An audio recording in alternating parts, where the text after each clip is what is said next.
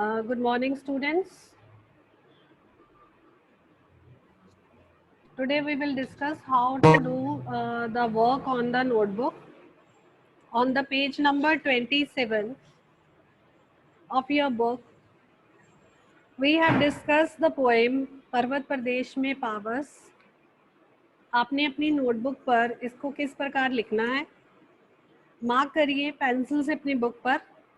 पावस ऋतु थी से लेकर दर्पण सा फैला है विशाल तक.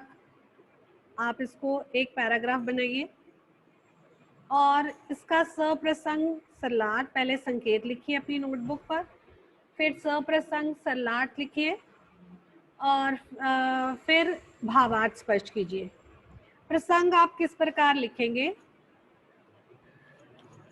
प्रस्तुत पद्यांश हमारी हिंदी की पाठ्य पुस्तक स्पर्श भाग 2 में संकलित कविता पर्वत प्रदेश पावस में से लिया गया है. इसके कवि श्री सुमित्रानंदन पंत जी हैं.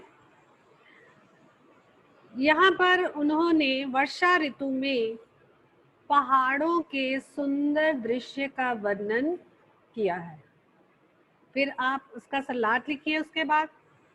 उसके बाद भावार्थ अपने शब्दों में, कि आपने उन पंक्तियों में क्या पढ़ा है, अपने शब्दों में आपने स्पष्ट करना है.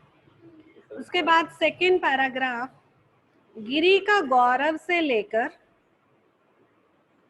कुछ चिंता पर, ये दोनों पैराग्राफ्स को आपने कंबाइन करके प्रसंग लिखना है. पहला प्रसंग की पहली पंक्तियां वही सेम रहेंगी. आखिरी पंक्ति में आप कुछ परिवर्तन करोगे. आखिरी पंक्ति में आप लिखोगे, एडिशंस करोगे कि कवि ने बहते हुए झरनों तथा ऊंचे ऊंचे वृक्षों की सुंदरता का वर्णन किया है. एक बार रिपीट कर रही हूँ मैं फिर से. कवि ने बहते हुए झरनों तथा ऊंचे ऊंचे वृक्षों की सुंदरता का वर्णन किया है. फिर आप सलाट लिखिए और फिर उसका भावार्थ स्पष्ट कीजिए. नेक्स्ट थर्ड पैराग्राफ उड़ गया से लेकर आखिर तक था इंद्र खेलता इंद्रजाल. थर्ड पैराग्राफ बनाइए और प्रसंग की पहली पंक्तियां वही सेम. आखिरी पंक्ति में इस पैराग्राफ के अकॉर्डिंग आपने कुछ बदलाव करने हैं, चेंजेस करने हैं. क्या लिखना है? कवि ने पल पल बदलते हुए प्रकृति के दृश्य का वर्णन किया है. कवि ने पल पल बदलते हुए प्रकृति के दृश्य का वर्णन किया है. तो इस तरह से आपने इसका प्रसंग लिखना है, फिर सलाट और भावार्थ स्पष्ट करना है. आई होप आपको पता चल गया होगा कि किस प्रकार आपने इसका सलाट, प्रसंग सही सलाट अपनी नोटबुक पर लिखना है. हर बच्चे ने इसे अपनी नोटबुक पर लिखना है और उसके बाद कुछ प्रश्न उत्तर इस कविता से रिलेटेड दिए गए हैं, उसके बारे में हम आज डिस्कस करेंगे. फर्स्ट क्वेश्चन जो है कि पावस ऋतु में प्रकृति में कौन कौन से परिवर्तन आते हैं, कविता के आधार पर स्पष्ट कीजिए. आपने पूरी कविता में जो कवि ने प्रकृति में जो परिवर्तन पाए, वर्षा ऋतु के दौरान प्रकृति में जो परिवर्तन पाए गए हैं उन्हें दर्शाया है. पूरी कविता में जो जो बताया गया आपने उसके बारे में यहाँ पर वर्णन करना है कि पावस ऋतु में प्रकृति में कौन कौन से परिवर्तन आते हैं. तो इसका आंसर आपने किस प्रकार लिखना है कि पावस ऋतु में प्रकृति में बहुत सारे परिवर्तन आते हैं. प्रकृति हर पल अपना रूप बदलती है, अपना वेश बदलती है और विशाल आकार वाले बड़े बड़े ऊंचे ऊंचे पहाड़ अपनी परछाई ताल के जल में, ताल के दर्पण रूपी जल में देखते हैं, या अपना प्रतिबिंब ताल के स्वच्छ जल रूपी दर्पण में देखते हैं. पहाड़ों की चोटियों पर बहुत फूल खिलते हैं, सुंदर सुंदर हजारों की संख्या में फूल खिलते हैं. झरनों का बहता हुआ पानी, पहाड़ों की चोटियों से बहते हुए झरनों का पानी मोती की लड़ियों के समान हमें सुंदर दिखाई देता है। मोती की लड़ियों के समान सुंदर लगता है। ऊंची ऊंची पहाड़ियों पर उगे हुए ऊंचे ऊंचे शाल के वृक्ष लगातार आकाश की ओर निहारते हैं, देखते हैं कि मानो वह उन ऊंचाइयों को छू लेना चाहते हो, आकाश की ऊंचाइयों को छू लेना चाहते हो। फिर तुरंत वर्षा होने के कारण जो है वो प्रकृति में बदलाव महसूस किया गया है कि घने काले बादल आकाश को ढक लेते हैं और मूसलाधार वर्षा होने के कारण ताल में एकत्रित पानी या इकट्ठा हुआ पानी, उसमें से धुआं उठने लगता है। ऐसे लगता है कि मानो उसमें आग लग गई है और वह धुआं जो है कोहरे के रूप में सारे वातावरण को ढक लेता है, जिसमें कि पहाड़ तक भी लुप्त हो जाते हैं और आकाश में चारों तरफ बादल इधर उधर विचरते हैं, मानो इंद्र अपना खेल दिखा रहा हो, जादू का खेल दिखा रहे हो। और प्राकृतिक वातावरण बहुत ही रमणीय है, सुंदर दिखाई देता है, मन को आकर्षित करता है। इस तरह से आपने इसका आंसर लिखना है। पूरी कविता में जो कवि ने एक्सप्लेन किया है कि प्रकृति में कौन कौन से बदलाव आए हैं, उसके बारे में हमने उत्तर में स्पष्ट करना। इनकम्प्लीट आंसर्स किसी स्टूडेंट ने नहीं लिखने, पूरा एक्सप्लेन करिए अच्छी प्रकार से। नेक्स्ट, सेकंड क्वेश्चन, मेखलाकार शब्द का क्या अर्थ है? कवि ने इस शब्द का प्रयोग यहाँ क्यों किया है? ये question examination point of view से बहुत इम्पॉर्टेंट है। Many times it is asked in the exams, so you must be clear what to write and how to write. मेखलाकार शब्द का क्या अर्थ है? मेखलाकार शब्द का अर्थ है मंडलाकार, करगनी के आकार के समान या करगनी के आकार की भांति। करगनी वह आभूषण जिसे स्त्रियां अपनी कमर पर बांध कर रखती हैं या धारण करती हैं। ये आकार में गोल तथा टेढ़ा मेढ़ा होता है। उसी प्रकार पर्वत की चोटियां भी घुमावदार तथा टेढ़ी मेढ़ी होती हैं और दूर तक फैली हुई होती हैं और पृथ्वी पर दूर दूर तक दिखाई देती हैं, दूर दूर तक फैली होती हैं। इस शब्द का प्रयोग कवि ने पहाड़ों की विशालता, ऊंचाई को दर्शाने के लिए किया है कि पर्वतीय इलाकों में पहाड़ जो हैं वो घुमावदार, ऊंचे ऊंचे, दूर तक फैले हुए और जिनकी ढलानें टेढ़ी मेढ़ी सी होती हैं, दिखाई देती हैं। तो बहुत ही सुंदर चित्रण कवि ने पहाड़ों का किया है, उसके लिए मेखलाकार शब्द प्रयोग करके। इस तरह से आप इसका आंसर लिखोगे। नाउ थर्ड क्वेश्चन, सहस्त्र दीर्घ सुमन से क्या तात्पर्य है? कवि ने इस पद का प्रयोग किसके लिए किया होगा? सहस्त्र मीन्स हजारों, दीर्घ मीन्स नेत्र, सुमन मीन्स फूल या पुष्प कह सकते हो। फूल का पर्यायवाची आपको पता है ना, सुमन और पुष्प। तो यहाँ पर इस पद का प्रयोग कवि ने क्यों किया है? क्या भाव है उसका इस पद का प्रयोग करने के पीछे? तो इसका आंसर आपने किस तरह से लिखना है कि पहाड़ों की चोटियों पर जो हजारों फूल खिले हुए होते हैं, उनके बारे में आप विस्तार दोगे। पहले हम इस पद का मीनिंग बताओ। सहस्त्र दीर्घ सुमन का अर्थ है हजारों पुष्प रूपी आंखें या हजारों पुष्प रूपी नेत्र। और कवि ने इसका प्रयोग पहाड़ी चोटियों पर असंख्य खिले हुए फूलों के लिए किया है, क्योंकि वर्षा ऋतु में पर्वतीय भागों में हजारों की संख्या में सुंदर सुंदर फूल खिल जाते हैं और कवि ने इन फूलों को पहाड़ों की आंखें बताया है। उसने इन फूलों को उसने पर्वतों की आंखों के रूप में इन पुष्पों की कल्पना अपने मन में की है, क्योंकि कवि जो है वो किसी भी चीज की कल्पना अपने मन में करके कविता लिख डालते हैं। तो उसके मन में भाव ये है, उनके मन में भाव ये है कि पहाड़ों की चोटियों पर उगे हुए हजारों पुष्प मानो पहाड़ों की आंखें, और उन आंखों के द्वारा, उन नेत्रों के द्वारा वे अपना रूप सौंदर्य नीचे ताल में एकत्रित जल रूपी दर्पण में देखते हैं।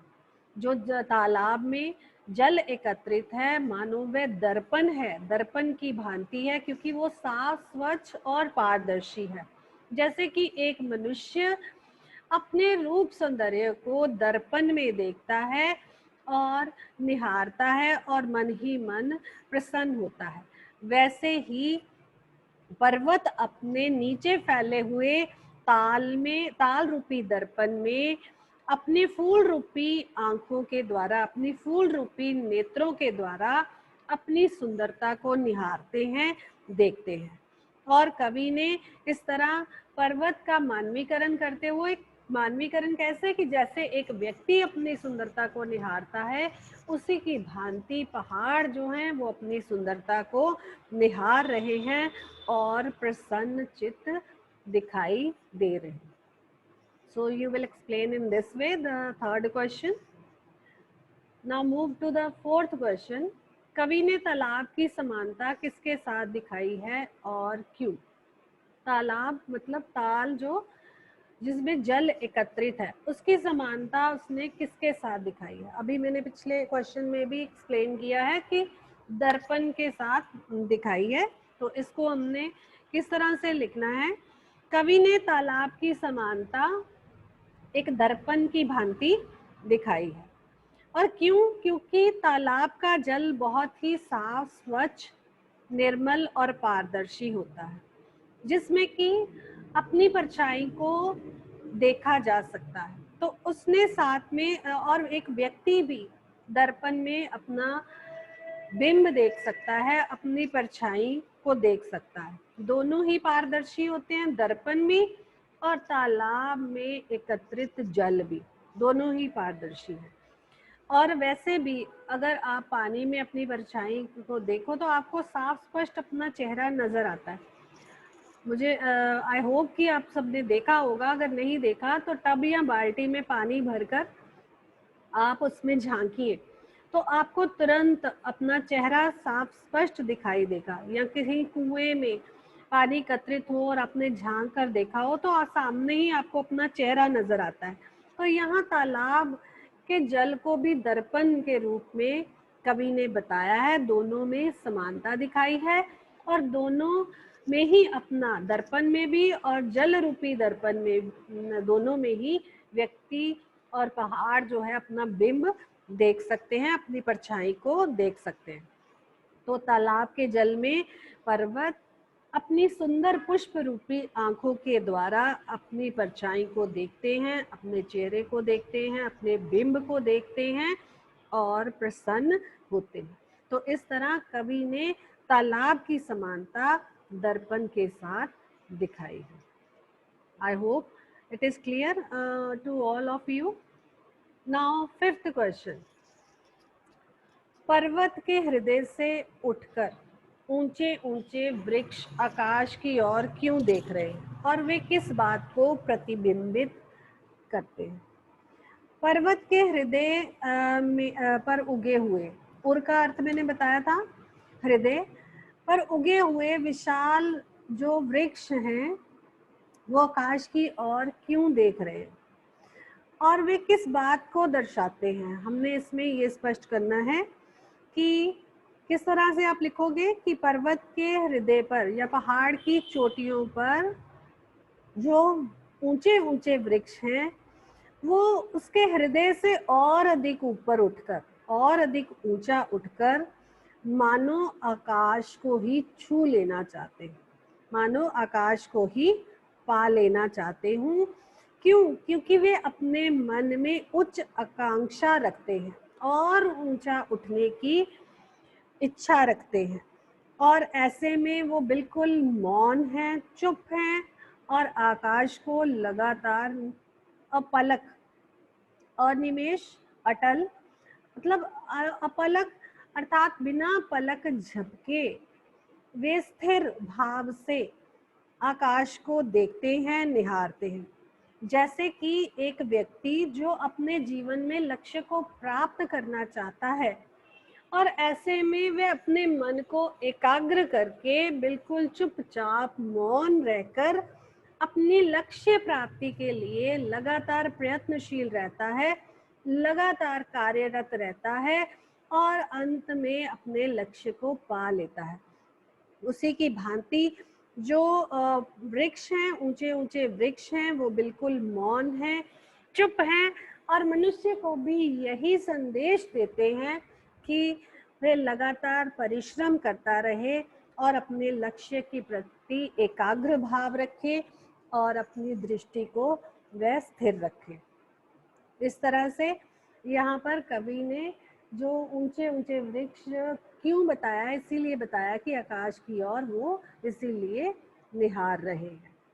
I hope it is clear to all. कैसे इसका आंसर लिखना है आप अपने शब्दों में भी लिख सकते हो, ज़रूरी नहीं है जो मैं बता रही हूँ वही है जो आपने अंडरस्टैंड किया इन पंक्तियों के द्वारा, इस कविता के द्वारा जो प्रश्न में पूछा गया उसके अनुसार आप उसमें थोड़ा बहुत फेर बदल करके अपनी वर्डिंग में भी लिख सकते हो।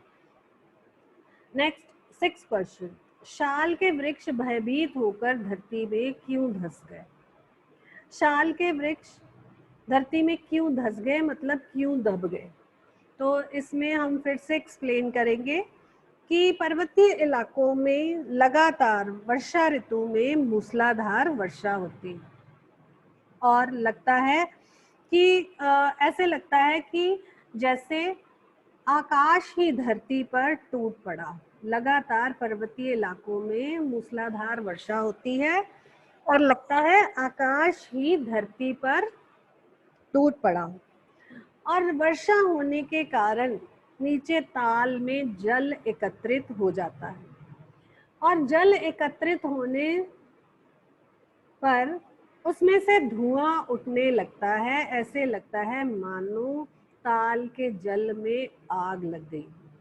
वह धुआं जो है कोहरे के रूप में चारों तरफ के वातावरण को ढांप लेता है या चारों तरफ के वातावरण को ढक लेता है और कोहरा, घना गहरा कोहरा छाने के कारण पर्वत कहीं लुप्त हो जाते हैं, झरनों की केवल आवाज ही सुनाई देती है और पर्वत की के हृदय पर उगे हुए ऊंचे ऊंचे बड़े बड़े वृक्ष ऐसे लगता है पहाड़ों के साथ ही कहीं ढर कर धरती में दब गए हों।